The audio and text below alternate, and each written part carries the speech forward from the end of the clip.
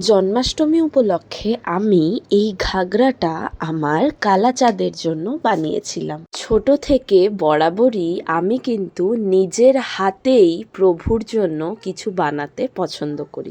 যেমন নতুন কিছু কাপড় থাকলেই আমি তা দিয়ে কিন্তু আমার কৃষ্ণের জামা বানাই। সেলাই মেশিন ছাড়াও হাতে স্টিচ করে কিন্তু খুব সহজ উপায়ে ঘাগরা বানানো যায়। যেমন আমি নিজেই কালাচাঁদের মাপ নিয়ে এই ঘাগরাটা একাই স্টিচ করলাম। পরম ধৈর্য সহকারে তুমি যদি প্রভুর জন্য ভালোবেসে কিছু বানাও, প্রভু কিন্তু সত্যি খুব খুশি হন। সকাল থেকে ভোগের রান্না বান্নার জন্য ভীষণ ব্যস্ত থাকায় ভিডিওটা আপলোড করতে একটু দেরি হয়ে গেল আমার।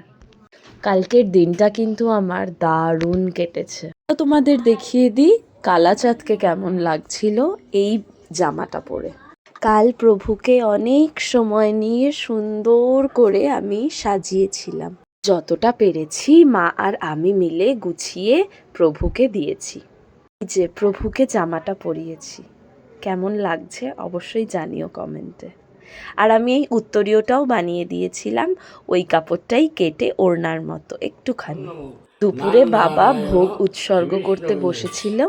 পুজো তো সকালে ছোটকা করেই যায়, বাবা শুধু দুপুরবেলা ভোগটা উৎসর্গ করে দিয়েছিল। খুব সুন্দর করে পুজো হয়েছে, তারপর সকলে মিলে ভোগ খেয়েছি। রাধে রাধে।